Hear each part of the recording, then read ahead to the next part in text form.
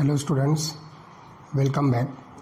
Thermodynamics का ये last lecture है जिसके अंदर हम गिब्स एनर्जी एंड स्पॉन्टेनिटी ये टॉपिक जो है स्टडी करने वाले हैं। और उसके बाद जो है गिब्स एनर्जी को हम इक्विलिब्रियम कांस्टेंट से भी रिलेशनशिप जो है शो करेंगे कि ये दोनों का आपस में क्या रिलेशनशिप होता है। तो total entropy change that is delta S total which decides the spontaneity of the process. तो यहाँ पर आप देखिए कि जो डेल्टा एस टोटल होता है ये जो है स्पॉन्टेनिटी ऑफ द प्रोसेस को डिफाइन करती है और डिटरमाइन करती है। लेकिन एक बात जो है ध्यान रखना है कि most of the chemical reactions fall into the category of either closed system or open system. Therefore, for most of the chemical reactions, there are changes in both enthalpy and entropy.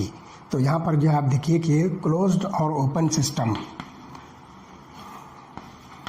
दो type के जो है यहाँ पर जो reactions होती है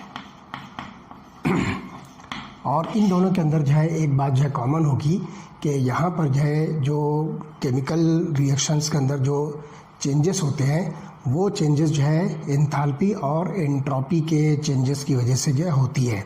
तो neither decrease in enthalpy nor increase in the entropy alone can determine the direction of the spontaneous change for the system. सिर्फ अकेले एंथैल्पी जिसको हम एच या सिर्फ अकेले जो है एंट्रोपी जिसको हम एस कहेंगे। तो ध्यान रखिए कि जो डिक्रीज़ इन द एंथैल्पी, यहाँ पर जो एंथैल्पी जो है डिक्रीज़ होनी चाहिए और एंट्रोपी जो है इंक्रीज़ होनी चाहिए।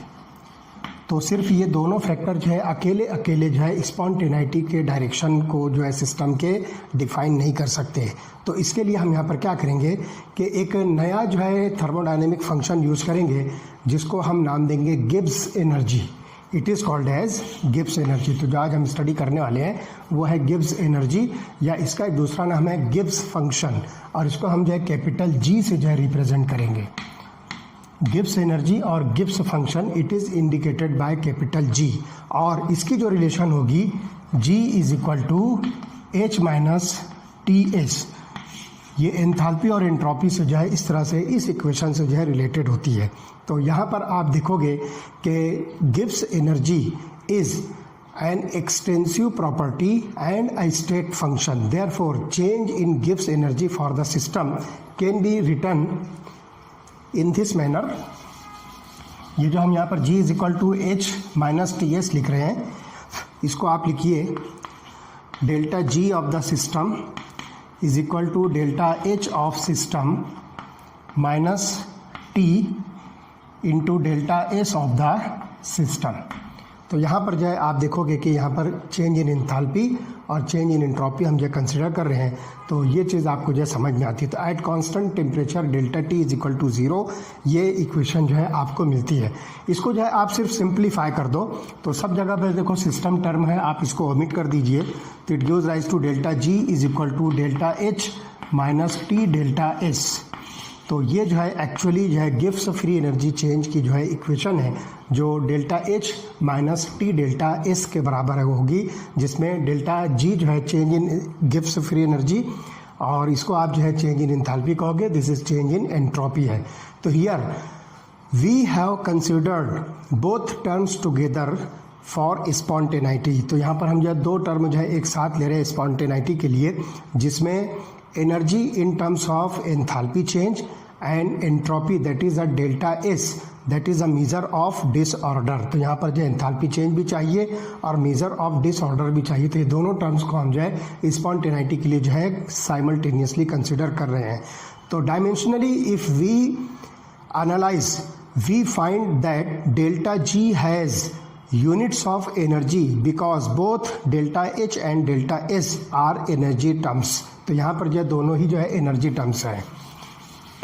डेल्टा जी को हम यहाँ पर जो है एनालाइज करते हैं तो डायमेंशनली हमको यहाँ पर जो ये एनर्जी टर्म्स ही मिलती है, क्योंकि डेल्टा एच भी जो है ये एनर्जी की टर्म है और डेल्टा एस जिसको हम एंट्रोपी चेंज करें वो भी एनर्जी की टर्म है।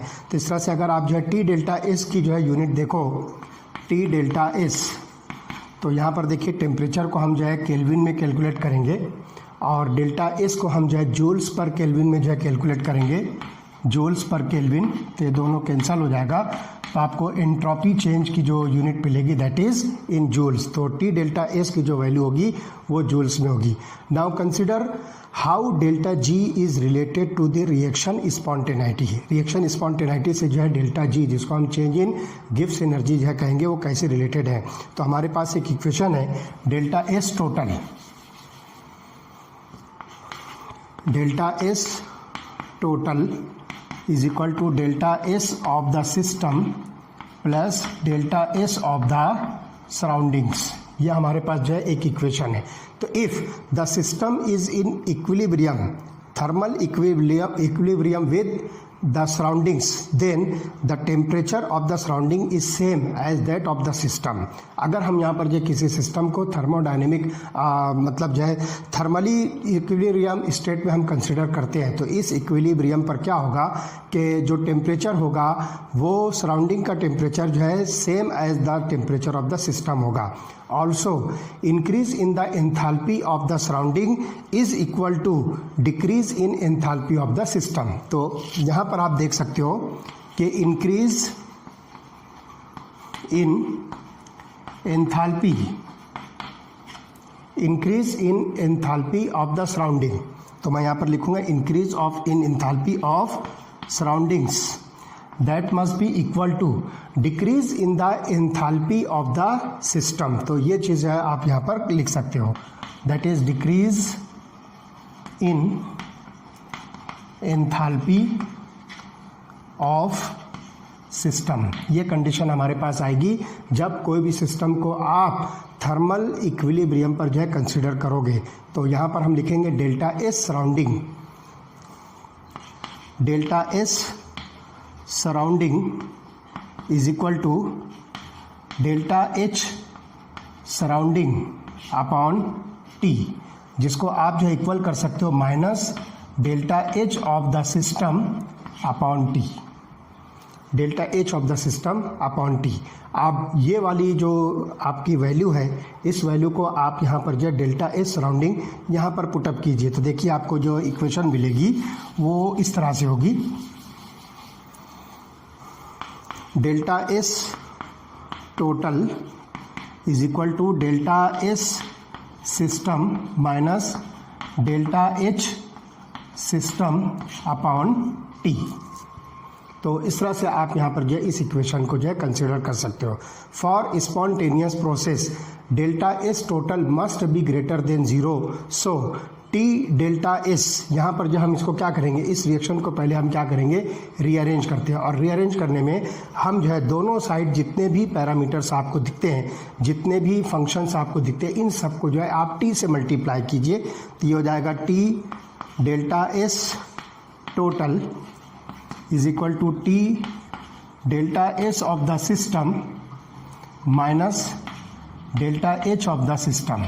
इसको जब आप t से मल्टीप्लाई करोगे तो ये t और ये t जो है कैंसिल हो जाएगा, इसलिए यहाँ पर सिर्फ आपको मिलेगा delta H of the system. तो स्पॉन्टेनियस प्रोसेस के लिए हम क्या करें, delta S total must be greater than zero, ये जो है ज़ीरो से ज़्यादा होना चाहिए, इसलिए T delta S minus delta H of the system must be greater than zero. तो T delta S of the system minus delta H of the system it must be greater than zero. जब ये T delta S total ये greater than zero है, तो ये दोनों term भी जो है ग्रेटर देन ज़ीरो होनी चाहिए। किसके लिए, स्पॉन्टेनियस प्रोसेस के लिए। इसलिए इस इक्वेशन को आप जो है फर्दर जो है इस तरह से लिखोगे, जिसमें minus delta H system minus delta H of the system, ये आपके पास जो है एंथैल्पी चेंज हो गई। उसके बाद minus T delta S of the system, T delta S of the system it must be greater than zero. तो अब ये देखिए ये डेल्टा जी के बराबर है, तो यहाँ पर आप जो लिख सकते हो delta G is equal to T delta H, delta G is equal to delta H minus T delta S, ये इक्वेशन है। तो यहाँ पर आप जो लिखोगे minus delta G must be greater than zero. तो आप यहाँ पर देख रहे हो delta H of the system और T delta S of the system, ये वही टर्म है जो कि निगेटिव साइन है and that must be greater than zero. तो आप यहाँ पर लिख सकते हो कि जो डेल्टा जी आपको मिलता है तो that must be minus delta G is equal to zero. तो इस minus delta G must be greater than zero, क्योंकि यहाँ पर ये निगेटिव साइन आपने यूज़ किया, इसलिए यहाँ पर हम जो है माइनस डेल्टा जी जो है यूज़ करेंगे। तो इस तरह से आपको जो इक्वेशन मिलेगी delta G is equal to delta H minus T delta S, यहाँ पर जो निगेटिव साइन के साथ जो है डेल्टा जी की वैल्यू जो है ग्रेटर देन ज़ीरो है, तो जब पॉजिटिव साइन आएगी तो it must be less than zero. तो इस तरह से यहाँ पर जो है देखोगे आप कि delta H of the system is the enthalpy change of a reaction. तो यहाँ पर जो ये डेल्टा एच सिस्टम जिसको हम कह रहे हैं ये enthalpy change of the reaction है, और डेल्टा एस सिस्टम जो होगा ये एंट्रोपी चेंज जो होगा which is not available to do useful work. So delta G is the net energy available to do useful work and is thus a measure of free energy। तो यहाँ पर जो ये इतना जो पूरा जो आपको फंक्शन दिख रहा है, तो डेल्टा जी यहाँ पर जो ये एक जो है अमाउंट ऑफ एनर्जी है जो कि यूज़फुल वर्क डन करने के लिए जो है ये नेसेसरी होती है, ये लगने वाली होती है। इसलिए यहाँ पर जो है डेल्टा जी को हम जो है फ्री एनर्जी टर्म में भी जो है यूज़ कर सकते हैं। This is free energy. तो हम यहाँ पर इसको जो है सिंपली डेल्टा जी को चेंज इन गिव्स फ्री एनर्जी भी जो है कह सकते हैं। तो this is a measure of free energy for this reaction, it is also known as free energy of the reaction. तो यहाँ पर अगर हम रिएक्शन के अंदर इसको मेजर करते हैं तो आप इसको free energy of the reaction भी कह सकते हो। तो delta G gives a criteria for the spontaneity at constant pressure and temperature. तो कांस्टेंट प्रेशर और टेम्परेचर पर डेल्टा जी की वैल्यू जो है ये क्राइटेरिया ऑफ द स्पॉन्टेनिटी को जो है डिस्क्राइब करेगा, और इसके अंदर जो है दो कंडीशंस होगी। पहली कंडीशन, अगर डेल्टा जी निगेटिव होती है तो प्रोसेस जो है क्या होगा, स्पॉन्टेनियस होगा। ये बात जो है ध्यान रखना है, डेल्टा जी की वैल्यू जो है निगेटिव होनी चाहिए। इसका मीनिंग क्या होता है मैं आपको बताता हूँ। पहली condition, delta G is negative means it must be less than zero. इसकी वैल्यू जो है ज़ीरो से कम होना चाहिए। जाहिर सी बात है ज़ीरो से कम होगी तो वो वैल्यू जो है निगेटिव में जाएगी। तो उस वक्त जो है आपके पास जो प्रोसेस होगा दैट प्रोसेस इज स्पॉन्टेनियस। ये प्रोसेस जो है स्पॉन्टेनियस होगा। और इसके उलट दूसरी कंडीशन जो आप देखोगे, delta G is positive means it must be greater than zero. तो ज़ीरो से ऊपर होगा तो डेफिनेटली ये जो है आपको पॉजिटिव मिलेगी, और इस वक्त the process will be non spontaneous. तो यहाँ पर हम नाम लिखेंगे non spontaneous.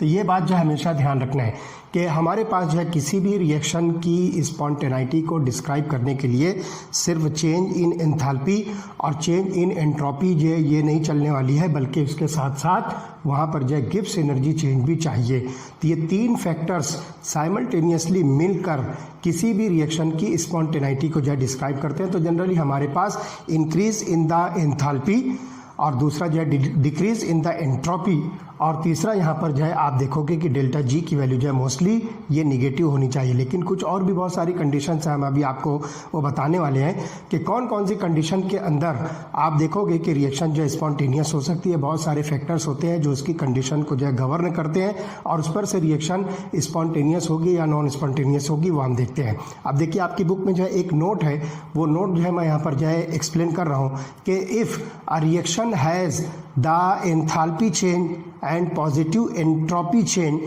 it can be spontaneous when T delta S is large enough to outweigh enthalpy change. यहाँ पर जो है ध्यान रखिए, पहली चीज़ जो है मैं आपको बता रहा हूँ कि अगर रिएक्शन के अंदर जो है पॉजिटिव एंथैल्पी और पॉजिटिव एंट्रोपी चेंज प्रेजेंट है तो रिएक्शन उस वक्त जो है स्पॉन्टेनियस होगी जब टी डेल्टा एस की वैल्यू क्या होगी, इतनी ज़्यादा होगी कि it will outweigh the enthalpy change. तो this can happen in two ways. तो यहाँ पर जो है आप देखिए कि ये चीज़ जो है दो वेज में जो है आपको मिलेगी। क्या चीज़ हम कंसिडर कर रहे हैं, पॉजिटिव वैल्यू ऑफ एंथैल्पी और positive value of entropy change, और उस वक्त रिएक्शन स्पॉन्टेनियस होगी जब टी डेल्टा एस की वैल्यू जो है इतनी ज़्यादा होगी कि वो जो है एंथैल्पी चेंज को जो है आउटवे कर सके। तो इसमें जो है दो कंडीशन है। पहली कंडीशन में पॉजिटिव डेल्टा एस, तो फर्स्ट कंडीशन मैं लिख रहा हूँ positive delta S that is change in entropy of the system can B small in which T must be large. तो यहाँ पर आप देखिए डेल्टा S जो पॉजिटिव वैल्यू है तो ये क्या होनी चाहिए, small, it must B small. और इसमें जो है आपको जो T की वैल्यू है temperature, it must be large. Positive delta S की वैल्यू पर जो है ये क्या होनी चाहिए, ये स्मॉल चेंज इन एंथैल्पी जो है positive value entropy positive value चाहिए, और टेम्परेचर इसमें जो है लार्ज होना चाहिए। उसके बाद delta S of the system can B large. दूसरी कंडीशन जो होगी, पॉजिटिव वैल्यू जो है स्टैंडर्ड जो एंट्रोपी चेंज है ये क्या होनी चाहिए, लार्ज होनी चाहिए। इस वक्त जब ये लार्ज होगी तो इसमें क्या होगा कि it must be large then the temperature में बी स्मॉल। तो यहाँ पर जो टेम्परेचर की जो वैल्यू होगी, टेम्परेचर मस्ट बी स्मॉल।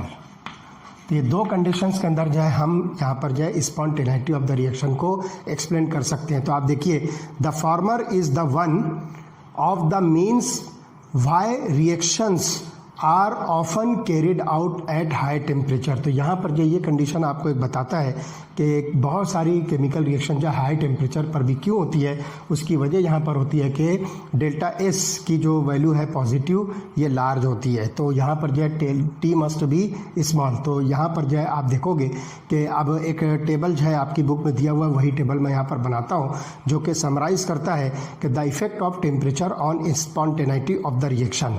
तो ये दो कंडीशंस में आप देखोगे कि एंट्रोपी चेंज है पॉजिटिव है। अब मैं यहाँ पर जो है तीनों factors, enthalpy change, entropy change और फ्री एनर्जी चेंज, ये तीनों फैक्टर्स को मैं जो है एक साथ ले रहा हूँ और उस पर हम जो है डिस्क्राइब करेंगे कि रिएक्शन स्पॉन्टेनियस है या नॉन स्पॉन्टेनियस है। तो let us see that delta R H zero, delta R S zero and delta R G zero, और उसके बाद जो है डिस्क्रिप्शन। 5-6 कंडीशंस हैं जिसमें हम जो है डिस्क्राइब करेंगे कि रिएक्शन जो है स्पॉन्टेनियस होगी या नहीं होगी। तो देखिए ये चार्ट मैं यहाँ पर बना रहा हूँ। तो सबसे पहले देखिए एंथैल्पी चेंज जो है निगेटिव होगी जिसको हम एक्सोथर्मिक कहेंगे। तो एंट्रोपी चेंज इसमें जो है पॉजिटिव होगी। तो मैं यहाँ पर जो सिर्फ साइन से यूज़ कर रहा हूँ, प्लस माइनस इस तरह से। तो ये एंथैल्पी चेंज होगी ये minus, that is exothermic reaction. Entropy change यहाँ पर जो है पॉजिटिव रहेगी और गिब्स एनर्जी चेंज होगी वो निगेटिव होगी। तो इसमें आप लिखोगे कि reaction is spontaneous at all temperatures. ये कंडीशन अगर आपको कहीं मिलती है किसी भी रिएक्शन के अंदर जिसमें एंथैल्पी चेंज है माइनस होगी, एंट्रोपी चेंज होगी या प्लस होगी, और फ्री एनर्जी चेंज होगी वो माइनस होगी, तो उस वक्त किसी भी टेम्परेचर पर जो है रिएक्शन अगर आप करते हो तो that reaction will be spontaneous. ठीक है। उसके बाद दूसरी कंडीशन है कि मैं यहाँ पर जो है तीनों जो है निगेटिव लेता हूँ, standard enthalpy change, standard entropy change, standard Gibbs energy change, तीनों ही माइनस होगी। तो इस कंडीशन में रिएक्शन जो है लो टेम्परेचर पर जो है स्पॉन्टेनियस होगी। तो हम यहाँ लिखेंगे स्पॉन्टेनियस एट लो टेम्परेचर।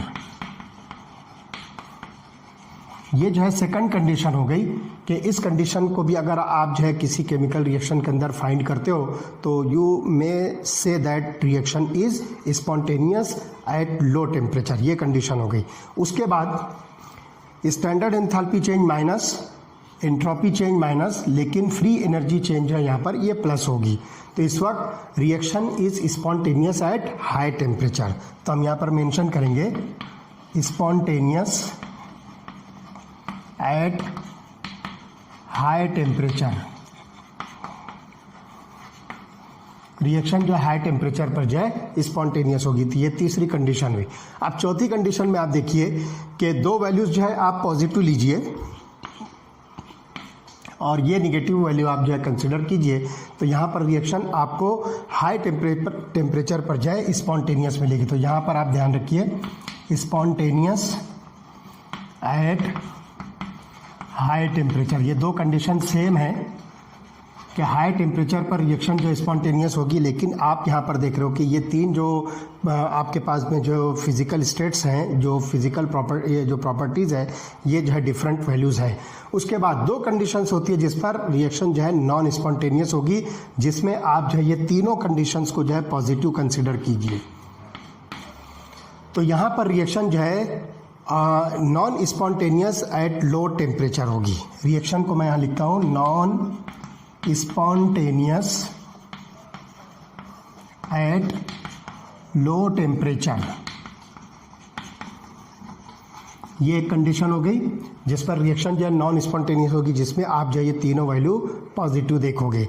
उसके बाद पॉजिटिव, नेगेटिव, पॉजिटिव, तो यहाँ पर जो है आपको reaction non spontaneous at all temperatures मिलेगी।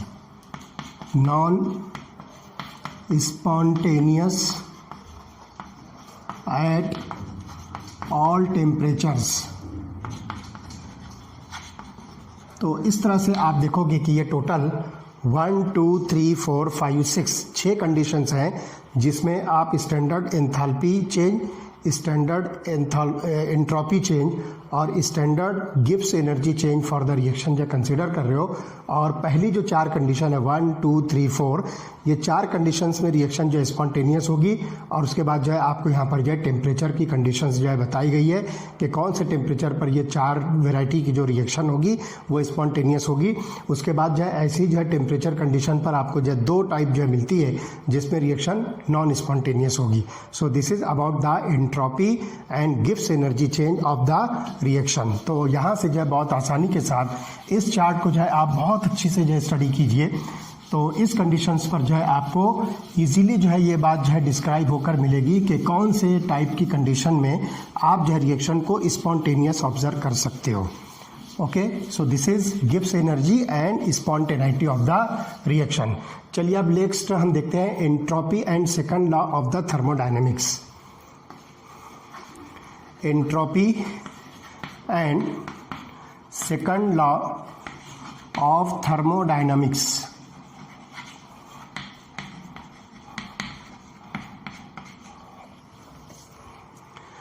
तो for an isolated system the change in energy remains constant, ये बात जो है ध्यान रखिए।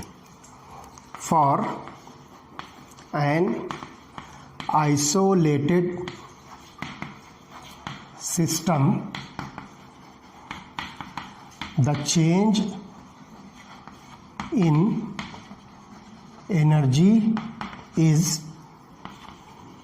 constant। ये जो है सबसे इम्पॉर्टेंट जो है स्टेटमेंट है। तो यहाँ पर जो है ध्यान रखिए कि for an isolated system the change in energy remains constant, therefore increase in entropy in such a system is the natural direction of the spontaneous change. अगर यहाँ पर जो है एंट्रोपी चेंज जो होगी वो इंक्रीज होती है, अगर एंट्रोपी जो इंक्रीज हो, नॉट चेंज, एंट्रोपी अगर इसके अंदर जो है इंक्रीज होती है तो ये नेचुरल डायरेक्शन है जो कि स्पॉन्टेनियस रिएक्शन का हम जो है कंसिडर कर सकते हैं, जिसमें आप देखोगे कि द चेंज इन एनर्जी जो है ये कांस्टेंट होगा।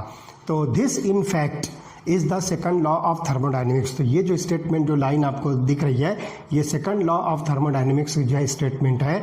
तो like first law of thermodynamics the second law can also be stated in several ways. The second law of thermodynamics explains why spontaneous exothermic reactions are so common. तो ध्यान रखिए spontaneous exothermic reactions ये generally जो है most common reactions होती है। जितनी भी केमिकल रिएक्शंस हम कंसिडर करते हैं तो उसके अंदर जो है एक्सोथर्मिक रिएक्शन जो होती है वो जनरली स्पॉन्टेनियस रिएक्शंस होती है और यही जो है कॉमन केस आपको मिलेगा। तो in exothermic reactions heat released by the reaction increases the disorder of the surrounding. यहाँ पर जो खास तौर से ध्यान रखना है कि एक्सोथर्मिक रिएक्शन में जो हीट इवॉल्व होती है सिस्टम से, तो ये हीट जब सिस्टम से सराउंडिंग में जाएगी तो ये क्या करता है, सराउंडिंग के डिसऑर्डर को जो है इंक्रीज करता है, और इस तरह से overall entropy change is the positive which makes the reaction spontaneous. इस तरह से ओवरऑल जो एंट्रोपी चेंज होगा, जिसको हम डेल्टा एस कहेंगे, ये पॉजिटिव बनेगी, और इस तरह से जो है एंट्रोपी पॉजिटिव वैल्यू पर जो है रिएक्शन जनरली क्या होती है, स्पॉन्टेनियस होती है। सो this is entropy and the second law of thermodynamics. उसके बाद देखिए नेक्स्ट जो टॉपिक हम स्टडी करेंगे that is the absolute entropy and third law of the thermodynamics. Absolute entropy and third law of thermodynamics. तो यहां पर आप देखिए कि मॉलिक्यूल्स ऑफ अ सब्सटेंस में move in a straight line in any direction. कोई भी मॉलिक्यूल होगा उसका जो है, जो सब्सटेंस हम कंसिडर करेंगे, तो उसके मॉलिक्यूल जो है किसी भी डायरेक्शन में स्ट्रेट लाइन में जो है ये मूव कर सकते हैं। ये इसके पहले भी हमने स्टडी किया था कि इसकी जो है रैंडम मोशन होती है, किसी भी डायरेक्शन में स्ट्रेट लाइन में जो है ये ट्रैवल करते हैं। तो इस मूवमेंट के दौरान में दे में स्पिन लाइक अ टॉप, जैसे कि जो लट्टू होता है, भौरा जिसको हम कहेंगे, तो टॉप के जैसा जो क्या करेगा वो स्पिन भी होगा। इसी तरह से वो जो है क्या होगा, स्पिन होने के दौरान में क्या होगा, the bonds in the molecule में स्ट्रेच एंड कॉम्प्रेस। तो उस स्पिनिंग के दौरान में जो उसके अंदर जो बॉन्ड्स होते हैं वो फैल भी सकते हैं, सिकुड़ भी सकते हैं, स्ट्रेच भी हो सकते हैं, कॉम्प्रेस भी हो सकते हैं। तो these motions of the molecules are called as translational, rotational and vibrational motions. तो ये जो मोशन जो जनरली आपको जो मॉलिक्यूल्स के अंदर मिलेगी, तो ये ट्रांसलेशनल मोशन भी हो सकती है, वाइब्रेशनल मोशन भी हो सकती है, और रोटेशनल मोशन भी हो सकती है रेस्पेक्टिवली। ठीक, तो when temperature of the system rises the motions become more vigorous and entropy increases. जब आप जो सिस्टम के टेम्परेचर को इंक्रीज करोगे तो मोशन जो है और ज़्यादा जो है तेज़ होगी, और एंट्रोपी ऑफ द सिस्टम क्या होगी, वो इंक्रीज होगी। On the other hand when temperature is lowered the entropy decreases. अगर टेम्परेचर को आप कम करोगे तो ऑटोमेटिकली एंट्रोपी क्या होगी, डिक्रीज होगी। तो अब यहाँ पर एक बात जो ध्यान रखिए, the entropy of any pure crystalline substance approaches zero as the temperature approaches absolute zero। यहाँ पर जो ध्यान रखिए, हम क्या कह रहे हैं, entropy of any pure crystalline substance. देखिए, entropy of any pure crystalline substance, इसको क्या करना है, आप डिक्रीज कर दीजिए, यानी कि ये अप्रोच टू जीरो होगी। तो substance approaches to zero as the temperature approaches absolute zero. As the temperature approaches absolute zero.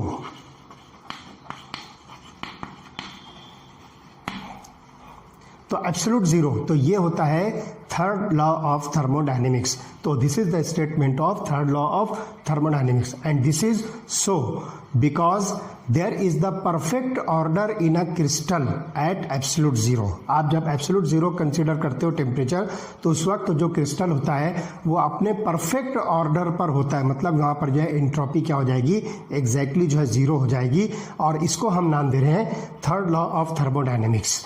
तो entropy of solution and super cooled liquid is not zero at zero kelvin. ये जो zero kelvin है, zero kelvin, जिसको हम नाम दे रहे हैं एब्सोल्यूट जीरो।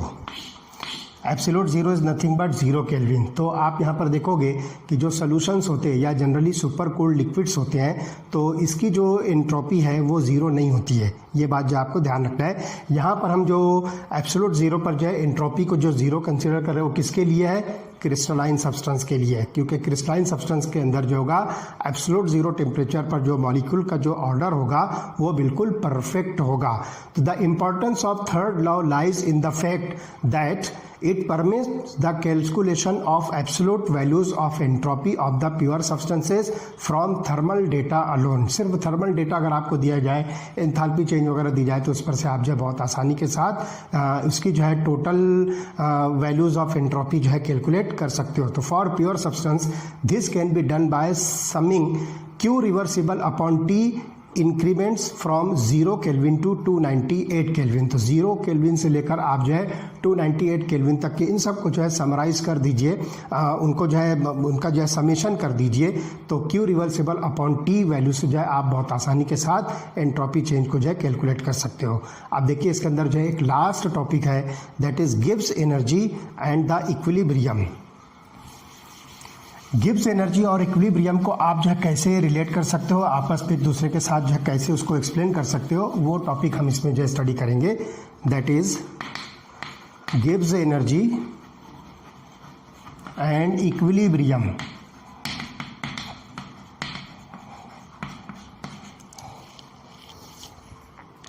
तो देखिए, magnitude of free energy change of a chemical reaction allows prediction of spontaneity of the chemical reaction. सबसे पहले आपके पास जो फ्री एनर्जी चेंज का जो मैग्नीट्यूड है वो आपको क्या क्या चीज़ जो है परमिट करता है, क्या क्या चीज़ जो है अलाउ करता है, that is the prediction of the spontaneity of the chemical reaction. इस पर से आप जो डेल्टा जी की वैल्यू है, इस पर से आप जो है spontaneity of the chemical reaction calculate कर सकते हो, डिटरमाइन कर सकते हो. इसी तरह से prediction of useful work that could be extracted from it.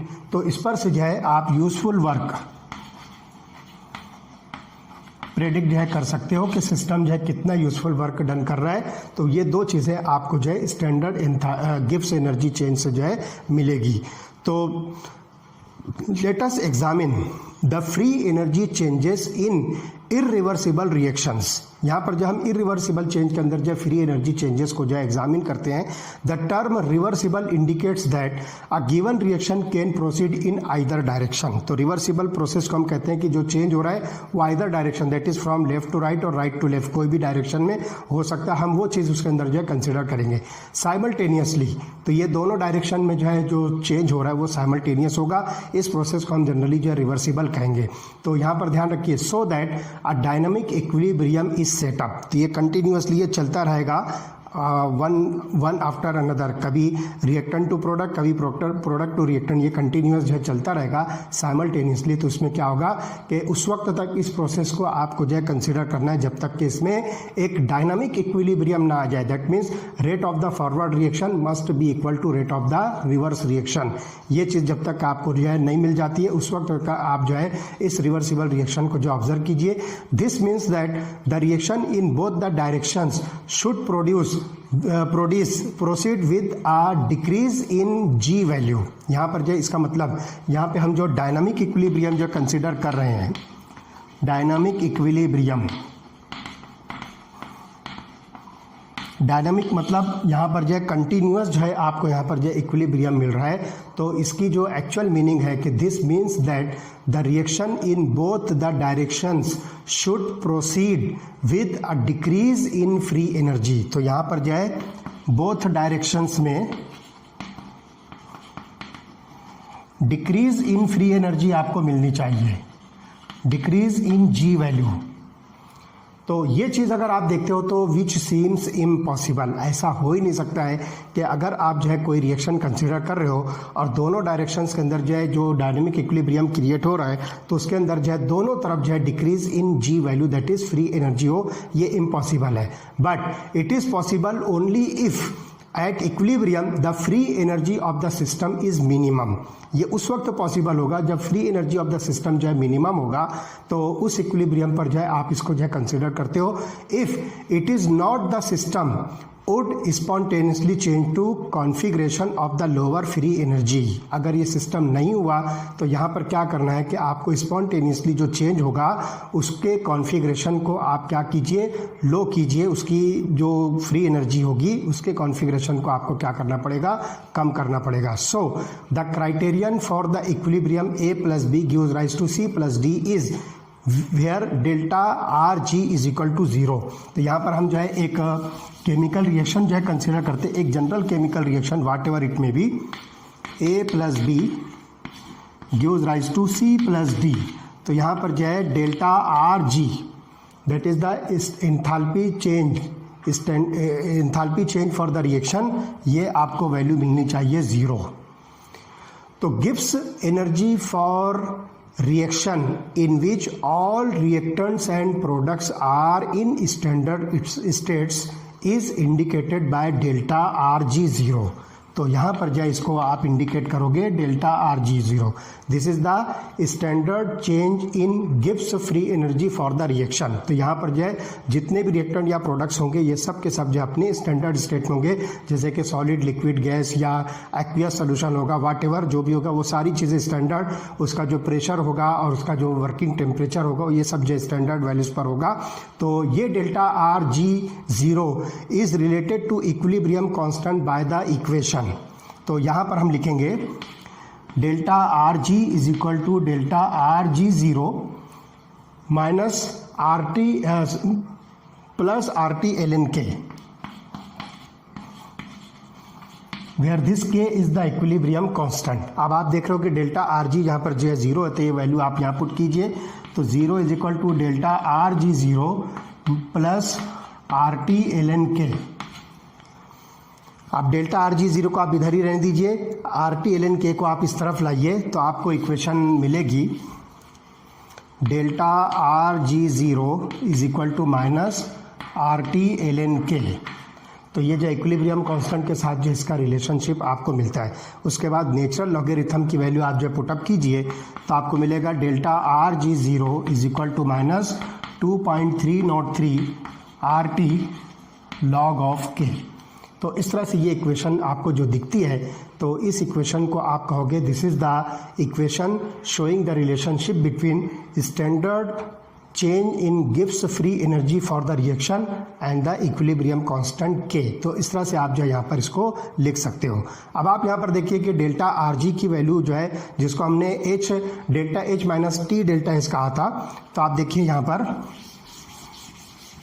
Delta RG0 को हम यहाँ पर इस तरह से लिखेंगे, look here, delta RG0 is equal to delta RH0 minus T delta RS0। तो ये इक्वेशन आपको जो दिख रही है, तो उसके अंदर जो है आप ये यहाँ पर लाइए।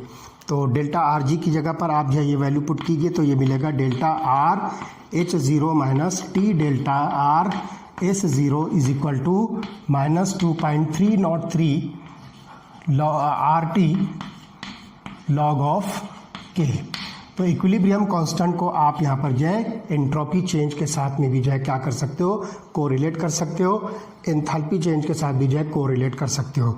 तो for strongly endothermic reactions the value of delta RG0 may be large and positive.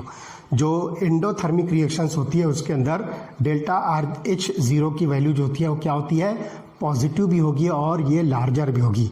In such a case value of K will be much smaller than 1। तो यहाँ पर जो ये K की वैल्यू, क्योंकि यहाँ पर निगेटिव रिलेशन में है, इसलिए ऐसे केस के अंदर जिसमें एंडोथर्मिक रिएक्शन में वैल्यू जो होगी डेल्टा H0 की, डेल्टा RH0 की वैल्यू जो है क्या होगी, लार्जर भी होगी और पॉजिटिव भी होगी। तो उस सूरत में आपको यहाँ पर जो K की वैल्यू, जिसको हम इक्विलिब्रियम कांस्टेंट कह रहे हैं, इसकी वैल्यू जो है ये स्मॉलर देन 1 होगी, 1 से जो है ये वैल्यू आपको कम मिलेगी। And the reaction is unlikely to form much product. और यहाँ पर जो रिएक्शन के अंदर जो है आपको बहुत ज़्यादा क्वांटिटी में जो है प्रोडक्ट जो है मिलने वाला है। तो ये बात जो ध्यान रखिए। तो जो K की वैल्यू है ये लेस देन 1 होना चाहिए। तो इस तरह से यह ध्यान रखिए। और इसी तरह से एक्सोथर्मिक रिएक्शंस के अंदर क्या होगा, डेल्टा RH0 की वैल्यू जो है लार्ज निगेटिव होगी and delta RG value is likely to be large and negative too. In such cases K will be much larger than 1 and we may expect the strongly exothermic reaction to have a large K and hence can go to near to completion। तो यहाँ पर आप जो ध्यान रखिए कि अगर आप जो एक्सोथर्मिक रिएक्शन जो कंसिडर करते हो तो उसके अंदर जो है आपको डेल्टा आर एच ज़ीरो की वैल्यू जो है निगेटिव भी मिलेगी और लार्जर भी होगी, और ऐसी सूरत में आपको जो है डेल्टा आर जी की वैल्यू जो मिलेगी तो ये वैल्यू जो है लार्ज निगेटिव वैल्यू होगी, और इस केस में के की वैल्यू जो है क्या होगी, it may be larger than 1, ये एक से जो है ज़्यादा मिलेगी, मोर देन 1 होगी। और यहाँ पर जो हम एक्सपेक्ट कर सकते हैं कि जो स्ट्रांगली एक्सोथर्मिक रिएक्शंस होती है जिसके अंदर जो है एक लार्ज वैल्यू जो है के की होगी, तो वहाँ पर जो है वो रिएक्शन जो है गो टू द कंप्लीशन हो सकती है, ये चीज़ जो हम एक्सपेक्ट कर सकते हैं। तो delta R G zero also depends upon delta R S zero, जो यहाँ पर आपको दिख रहा है एंट्रोपी चेंज। तो इस एंट्रोपी चेंज के अंदर जो है आप देखोगे तो if the reaction changes in the entropy of the reaction is also taken into the account and the value of के or extent of chemical reaction will also be affected depending upon whether delta RS0 is positive और negative. तो यहाँ पर आप जो ध्यान रखिए कि डेल्टा आर एस ज़ीरो की वैल्यू पॉजिटिव या निगेटिव क्या हो सकती है, उसके ऊपर जो डेल्टा आर जी ज़ीरो की वैल्यू जो है आप डिसाइड कर सकते हो, और उस वैल्यू पर से आपको यहाँ पर जो है इक्विलिब्रियम कांस्टेंट के की वैल्यू जो है मिल सकती है। अब यहाँ पर जो है हम इक्वेशन जो है लेंगे delta R G zero is equal to delta R H zero minus T delta R S zero, ये वाली जो इक्वेशन है that is equal to -2.303 R T L N K. तो आप यहाँ पर इसको डेल्टा आर जी ज़ीरो लिख दीजिए। स्टैंडर्ड एंथैल्पी स्टैंडर्ड गिव्स energy change for the reaction is equal to standard enthalpy change of the reaction minus T delta R S zero, that is standard entropy change of the reaction that is equal to -2.303 R T L N K.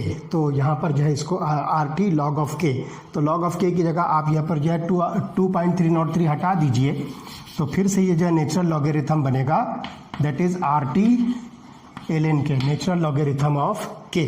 तो ये equation जो है बनती है। अब इस पर से हमारे पास जो है 3 पॉइंट्स बनते हैं। It is possible to obtain an estimate of the standard Gibbs energy change for the reaction from the measurement of standard enthalpy change and standard entropy change, and then we can calculate the K value at any temperature। तो यहाँ पर जो ध्यान रखिए कि अगर आपके पास में यहाँ पर जो है स्टैंडर्ड एंट्रोपी चेंज की वैल्यू मिलती है और साथ ही साथ जो है स्टैंडर्ड एंथैल्पी चेंज की वैल्यू है, तो उस पर से आप जो है delta R G zero Gibbs energy change की वैल्यू जो आप कैलकुलेट कर सकते हो, और इसी तरह से के की वैल्यू जो है किसी भी टेम्परेचर पर आप जो है इसको कैलकुलेट कर सकते हो। तो इस तरह से at any temperature we can calculate the value of K for economic yields of the product. तो जो भी यील्ड्स ऑफ द प्रोडक्ट होती है उस पर जो है आप के की वैल्यू जो है कैलकुलेट कर सकते हो। दूसरी चीज़, इफ़ के is measured directly in the laboratory, values of delta RG0 at any other temperature can be calculated। अब यहाँ पर देखो कि अगर लेबोरेटरी के अंदर आप जो है के की वैल्यू कैलकुलेट कर सकते हो, तो इसी तरह से आप जो है डेल्टा RG0 की वैल्यू जो है किसी भी टेम्परेचर पर बहुत आसानी के साथ जो है कैलकुलेट कर सकते हो। तो इस तरह से ये रिलेशनशिप था गिब्स एनर्जी और इक्विलिब्रियम। तो किसी भी रिएक्शन को जब आप इक्विलिब्रियम में कंसिडर करोगे तो उस वक्त डेल्टा आर जी की वैल्यू जो है ज़ीरो होगी, और उस पर से जो है आप स्टैंडर्ड गिब्स एनर्जी चेंज को जो है रिएक्शन के लिए कैलकुलेट करोगे इस इक्वेशन से। तो यहाँ पर जो है नेचुरल लॉगरिथम की वैल्यू जब हम पुट करते हैं तो ये इक्वेशन बनती है, और इस तरह से आप देखोगे कि डेल्टा आर जी ज़ीरो की वैल्यू हमने यहाँ पर जो है delta R H zero minus T delta R S zero रखा है, तो वो वैल्यू जो है इस वैल्यू के बराबर होगी। तो के की वैल्यू भी जो है आप कैलकुलेट कर सकते हो, और इसी तरह से स्टैंडर्ड गिब्स एनर्जी की वैल्यू भी चेंज कर सकते हो अगर आपको स्टैंडर्ड एंथैल्पी और standard entropy change for the reaction की वैल्यूज़ आपको पता है। तो इस तरह से हमारा जो चैप्टर है थर्मोडायनेमिक्स यहाँ पर जो है कंप्लीट होता है। देखिए चैप्टर जो है बहुत ईजी है, आपको ज़्यादा परेशानी नहीं है, बहुत ही आसानी के साथ जो है आप ये चैप्टर को जो है समझ सकते हो, और इस पर से जो भी क्वेश्चंस आए आप उसको जो है अटेम्प्ट कर सकते हो। बस थोड़ा सा जो है ध्यान से तवज्जो से आप जो है ये लेक्चर जितने भी हुए हैं इनको सब जो है आप बार बार जो है रिपीट करके जो है इसको जो है लेक्चर जो है देखते रहिए, बहुत आसानी के साथ आपको जो है समझ में आ जाएगा। तो थर्मोडायनेमिक्स जो है ये केमिस्ट्री के अंदर जो है एक बहुत ही इंटरेस्टिंग और बहुत ही ईजी चैप्टर है। तो ये चैप्टर जो है कंप्लीट हुआ। अब इसके बाद जो है इक्विलिब्रियम हम जो है चैप्टर स्टडी करेंगे, जो कि 11th का जो है लास्ट चैप्टर है। तो ये जो हम देखेंगे तो 11th का यहाँ पर जो है जब इक्विलिब्रियम हम कंप्लीट कर लेंगे तो 11th तक का सिलेबस हमारा जो है कंप्लीट हो जाएगा। तो कल से हम जो है लास्ट चैप्टर जो कि चैप्टर नंबर 7 है ना, आपकी जो है लिस्ट में जो इंडेक्स है उसके अंदर ये चैप्टर नंबर 7 है केमिस्ट्री पार्ट 1 के अंदर, दैट इज़ इक्विलिब्रियम, वो हम कल से स्टार्ट करेंगे। ओके।